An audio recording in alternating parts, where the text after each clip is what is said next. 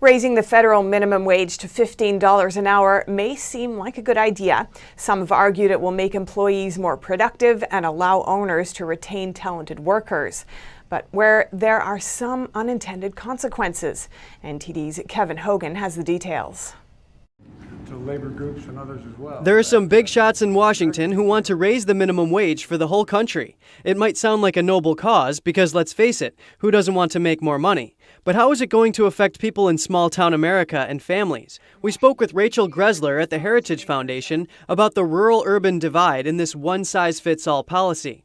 Well, I think that it's going to be people and families that live in low-cost areas. You know, the reality is that $15 per hour in Mississippi is like $36 per hour in Washington, D.C., where these policymakers are attempting to impose a nationwide federal minimum across the entire U.S. And so I think while it will certainly boost the incomes of some lower wage workers, it's actually going to come back and end up hurting the people that these lawmakers are trying to help the most.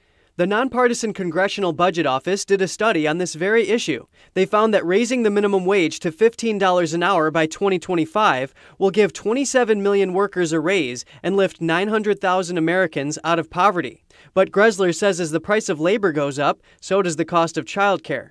And so when you look at the wages of childcare workers, who at median right now are about $11.65 an hour, this would result in a very significant cost increase for those providers, and I estimate that you would have to increase their costs by 21% on average across the United States. That would translate into an extra $3,728 for a family with 2 children.